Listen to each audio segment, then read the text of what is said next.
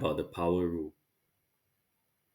Let's observe a pattern for the curves of different functions.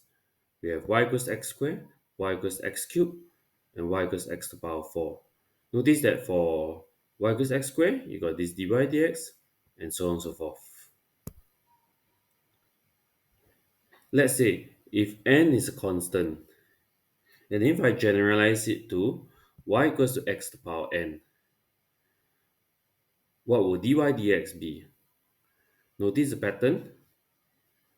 The power is brought down, so we can say dy dx is equals to n x to the power, and notice for each one of them, for dy dx, they subtract 1 from the power of y equals x to the power n.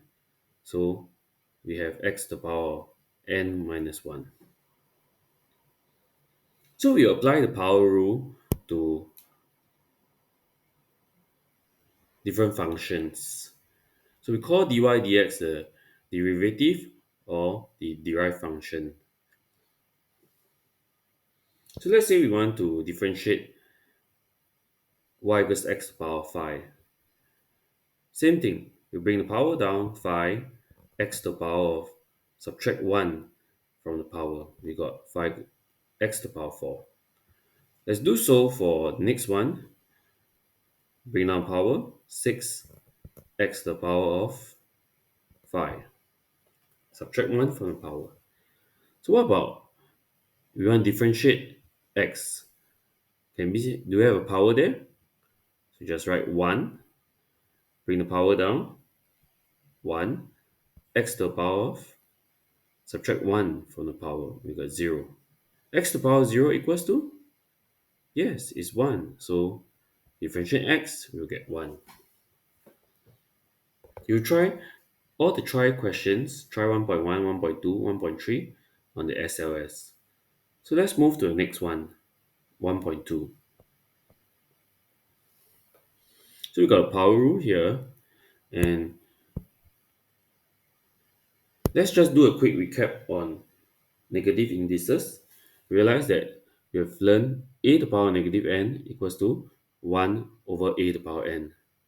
Let's say if I write in the other way around, on the left side, 1 over a to the power n equals a to the power negative n. Why do we do that? So, you notice that we want to differentiate 1 over x. We have to change to the form y equals x to the power n.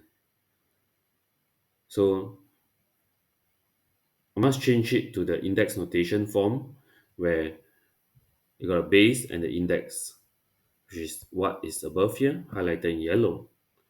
So once I change negative indices, I have 1 over x to the power 1 is x to the power of negative 1. Now we differentiate this, bring the power down, minus 1, x to the power, subtract 1 from the power, we got negative 2. We have to change it, positive index, so we have minus 1 over x squared. Again, we apply negative indices over here, which is the first one. So I go to the next one. Again, I will change 1 over x squared to index notation. So I got differentiate x to the power minus 2, differentiate it, bring the power down, negative 2, x to the power, subtract 1 from the power, negative 3. Change it to positive index. Take note is negative 2 times x to the power negative 3. So it's negative 2 times 1 over x cubed. Negative indices, and we get negative 2 over x cubed. Be very careful that you don't bring the negative 2 here to the denominator. Right? Common mistake will be that you write it as negative 1 over 2x cubed. Common mistake. So let's go to the last one here. Again, change to index notation. Differentiate 1 over x cubed is differentiate x to the power minus 3. Bring the power down, negative 3. x to the power, subtract 1 from the power, negative 4. Again, change back from negative indices to the positive indices. Negative 3 over x to the power 4. So let's go to one last one. Okay, and we realize that if I want to differentiate square root x, previously in Sec 3 indices, we also learned on rational indices. We've learned on number 1, square root x equals x to the power half. Or I go on, cube root x equals x to the power 1/3. And then I go on all the way to a general form, n root of x is x to the power 1 over n. So if you want to differentiate square root x, I will change again to the rational indices, which we have the base and the index again, and differentiate it. You got bring the power down half, x to the power of subtract 1 from the power, negative half, and then we'll change it to positive index again, equals to 1 over 2 x to the power half. So be very careful again on this step here.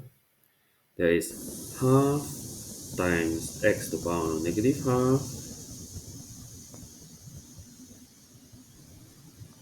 and the 2 stays at the denominator with x to the power half. Last step, let's change it to the third form. So x to the power half is back to square root x. So that's how we differentiate the different types of x to the power n